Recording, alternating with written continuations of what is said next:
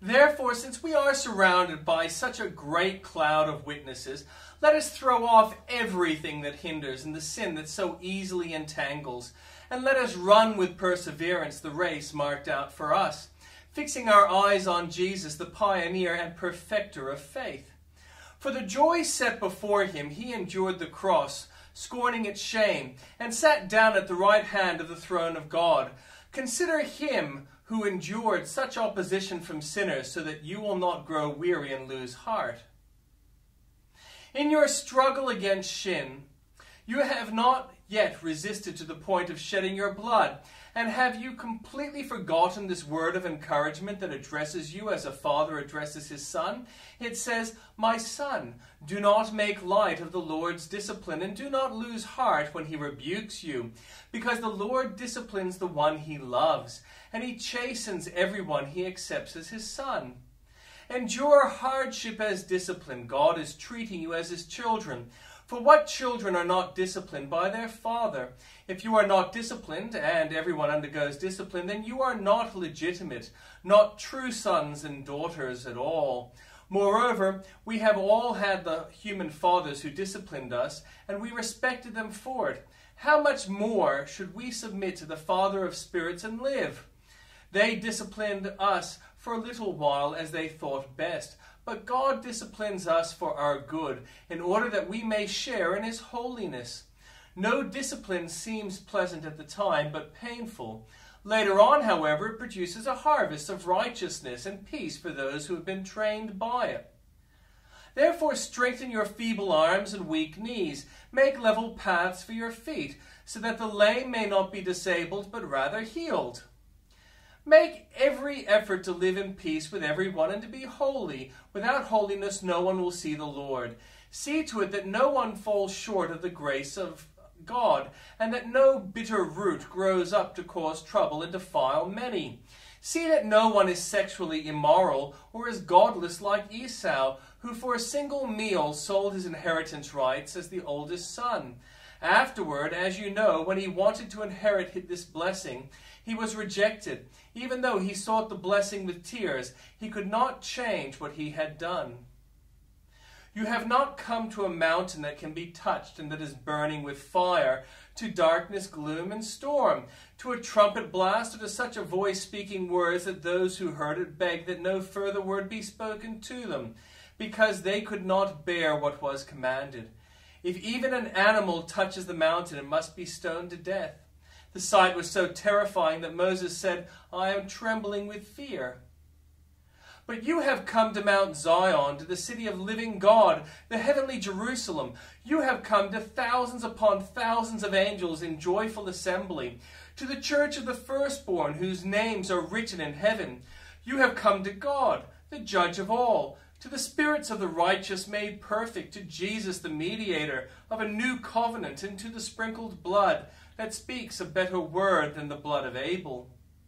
See to it that you do not refuse him who speaks. If they did not escape when they refused him who warned them on earth, how much less will we if we turn away from him who warns us from heaven?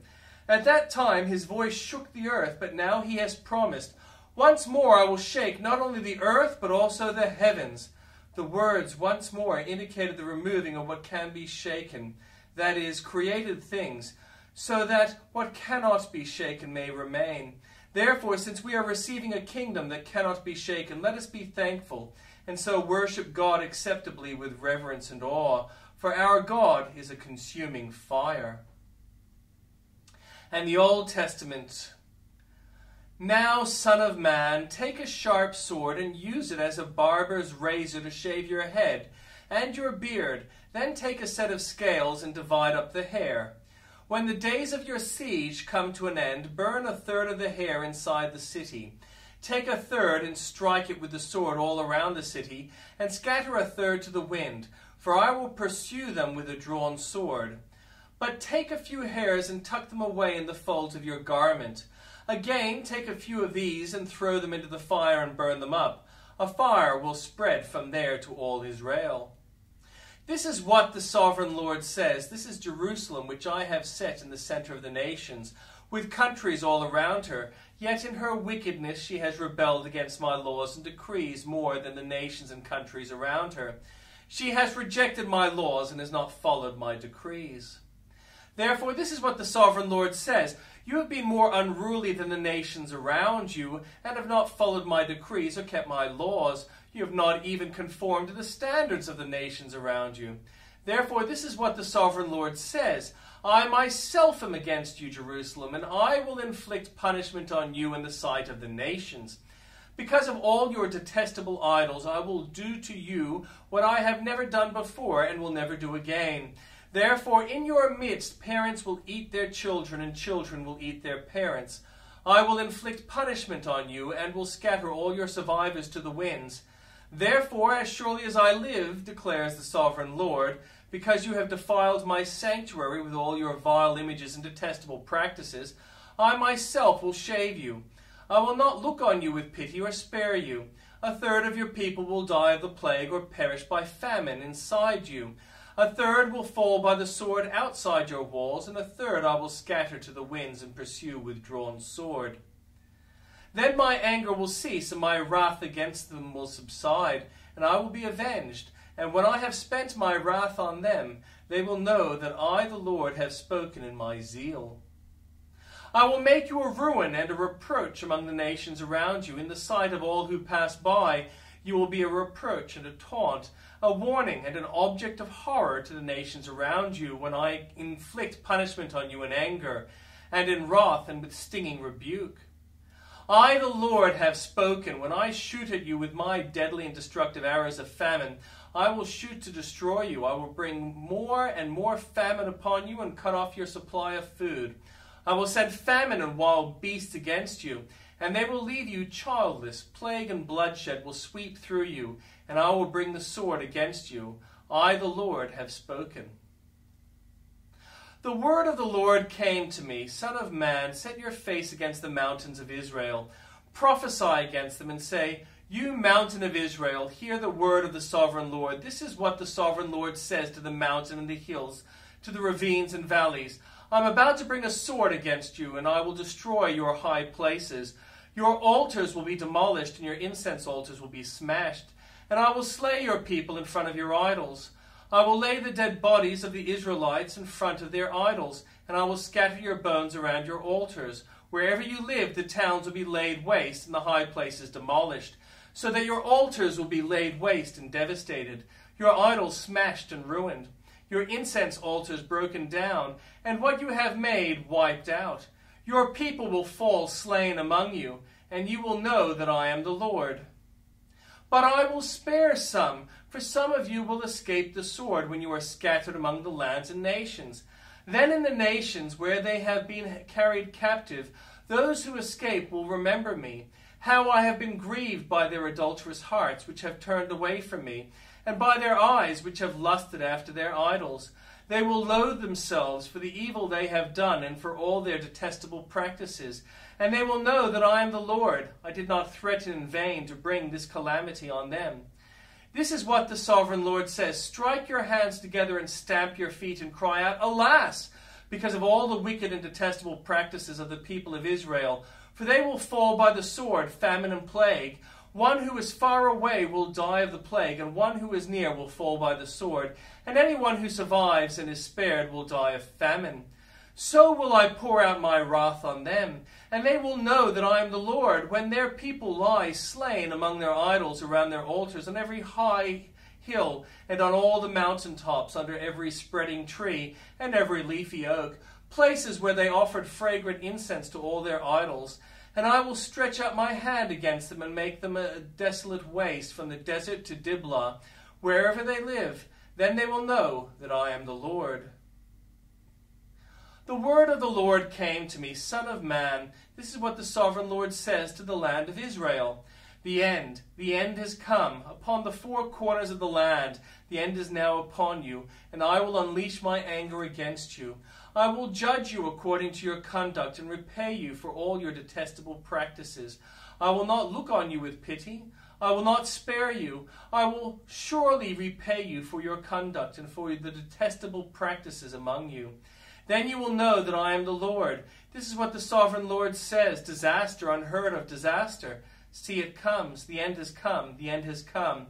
It has roused itself against you. See, it comes. Doom has come upon you who dwell in the land. The time has come, the day is near.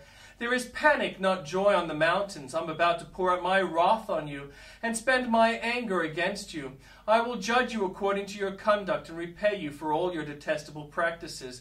I will not look on you with pity. I will not spare you. I will repay you for your conduct and for the detestable practices among you. Then you will know that it is I, the Lord, who strikes you. See the day, see it comes, doom has burst forth, the rod has budded, arrogance has blossomed, violence has arisen, a rod to punish the wicked. None of the people will be left, none of that crowd, none of their wealth, nothing of value. The time has come, the day has arrived. Let not the buyer rejoice, nor the seller grieve, for my wrath is on the whole crowd. The seller will not recover the property that was sold, as long as both buyer and seller live, for the vision concerning the whole crowd will not be reversed. Because of their sins, not one of them will preserve their life. They have blown the trumpet, they have made all things ready, but no one will go into battle, for my wrath is on the whole crowd. Outside is the sword, inside are plague and famine. Those in the country will die by the sword. Those in the city will be devoured by famine and plague. The fugitives who escape will flee to the mountains. Like doves of the valleys, they will all moan, each for their own sins. Every hand will go limp, every leg will be wet with urine. They will put on sackcloth and be clothed with terror. Every face will be covered with shame, and every head will be shaved. They will throw their silver into the streets, and their gold will be treated as a thing unclean. Their silver and gold will not be able to deliver them in the day of the Lord's wrath. It will not satisfy their hunger or fill their stomachs, for it has caused them to stumble into sin. They took pride in their beautiful jewelry and used it to make their detestable idols. They made it into vile images. Therefore I will make it a thing unclean for them. I will give their wealth as plunder to foreigners and as loot to the wicked of the earth, who will defile it. I will turn my face away from the people, and robbers will desecrate the place I treasure. They will enter it and will defile it. Prepare chains, for the land is full of bloodshed, and the city is full of violence. I will bring the most wicked of nations to take possession of their houses.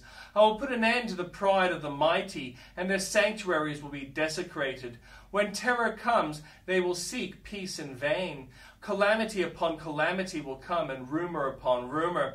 They will go searching for a vision from the prophet. Priestly instruction in the law will cease. The king of the elders will come to an end. The king will mourn, the prince will be clothed with despair. And the hands of the people of the land will tremble. I will deal with them according to their conduct, and by their own standards I will judge them. Then they will know that I am the Lord.